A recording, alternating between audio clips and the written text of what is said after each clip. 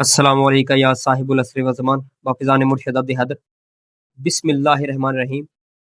ये आयत है या नहीं अज इस ते वीडियो है क्योंकि बिस्मिल्लाहिर्रहमानिर्रहीम ते काफ़ी साडी गलबात चलदी पई सी, लिहाजा मैं उस ते वीडियो बनाई है। लिहाजा पूरी वीडियो देखोगे ते तुहानू उम्मीद है कि काफ़ी हद तक समझ आएगी।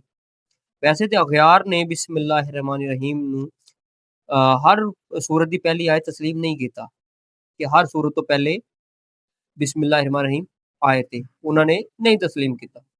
उन्होंने बिस्मिल्ला हर सूरत तो चुरा ली है, जिस तरह कि उन्होंने नमाज तो पहले बिस्मिल्ला चुरा ली है। तुसीं पढ़दे हो ना, नमाज पढ़दे हो तो की पढ़दे हो? सना सुभानक अल्लाहुम्मा व बिहम्दिका तबारक अस्मुका व तआला जद्दुका ला इलाहा गैरुक औज़ु बिल्लाहि मिनश शैतानिर रजीम बिस्मिल्लाहिर्रहमानिर्रहीम। यानी कि बिस्मिल्लाह विच पढ़ी जा रही है, शुरू तो नहीं पढ़ी जा रही। ठीक है, इसी तरह ही हर सूरत तो पहले भी बिस्मिल्लाह चुरा ली गई है।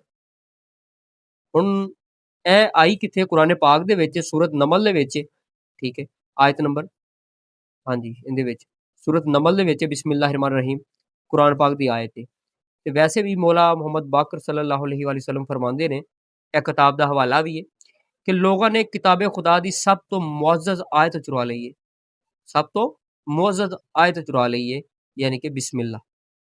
ये मौला पाकर सल्लल्लाहु अलैहि वसल्लम दा फरमान है। इह उसदा हवाला भी नाल शामिल। मौला जाफर सादिक सल्लल्लाहु अलैहि वसल्लम फरमांदे ने, बिस्मिल्लाह हर सूरत दी एक आयत है। बिस्मिल्लाह हर सूरत दी एक आयत, हर सूरत दी, एक दी नहीं, हर सूरत दी।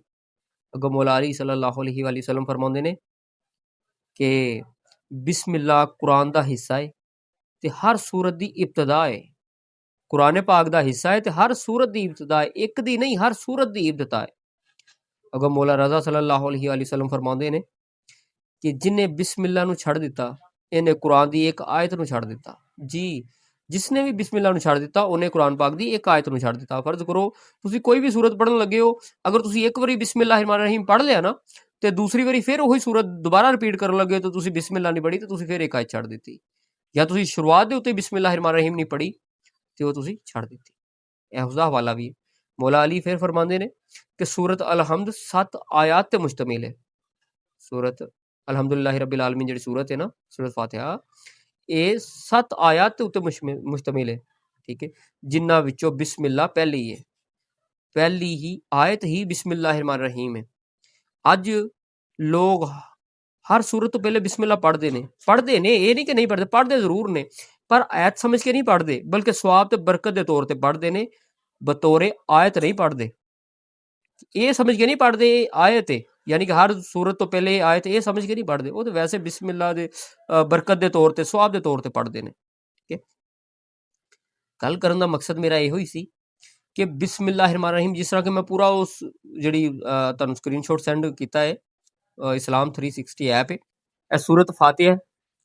मेरे कहने का मकसद यही है कि लोग, मेरे नाल एक बंदा बहस कर रहा सी, कहंदा कि पहली आयत है, यानी कि बिस्मिल्लाहिर्रहमानिर्रहीम यह सूरत फातिहा दे विच बेशक पहली है, पर मेरे कहने का मकसद है कि देखो, अगर उन्होंने आलमा ने पहली लिखी होंगी ना, तो उन्होंने अल्हम्दुलिल्लाहि रब्बिल आलमीन दा दूसरा नंबर देना सी, ते जिहड़ी है रहमानिर्रहीम नू तीसरा नंबर देना सी। गल समझ रहे हो?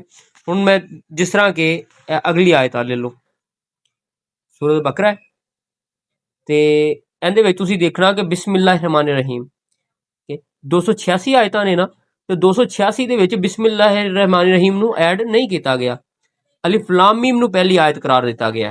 ठीक है, ते उधरों फिर दूसरी आयत करार दिता गया, बिस्मिल्लाह दा नंबर नहीं आंदा। मैं यह क्या समझाना चाह रहा वां, वैसे ते सूरत जिहड़ी हर सूरत तो पहले बिस्मिल्लाहिर्रहमानिर्रहीम आंदी है, तो आयत विच ही शुमार हुंदी है आले रसूल सल्लल्लाहु अलैहि वसल्लम दे मुताबिक, ते इहदा मैं हवाला भी पेश कर दिता है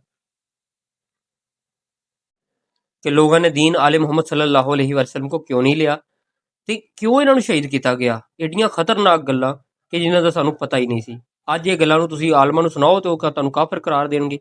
ਇਹੋ ਹੀ ਉਹ जुर्म सी, वरना आले रसूल की कोई जुर्म करते सी, तौबा नौज़ बिल्ला, कोई गलत काम करते सी जिन्हां दी वजह तो उन्हां नूं शहीद किया जाता सी। वो दीन ही देंदे सी जिन्हां दी वजह तो लोग उन्हां नूं शहीद कर देंदे सी। ये दीन आम मुसलमानां दे बारे विच नहीं सी, जिहड़ा कि जिस दी वजह तो उन्हां नूं शहीद कर दिता जांदा सी, कैद कर दिता जांदा सी। बाकी बिस्मिल्लाहिर्रहमानिर्रहीम एक आयत है, बल्कि हर सूरत तो पहली आयत है। ठीक है, बाकी हुब्बे अली रहमतुल्लाह, बुग़्ज़े अली लानतुल्लाह बेशुमार।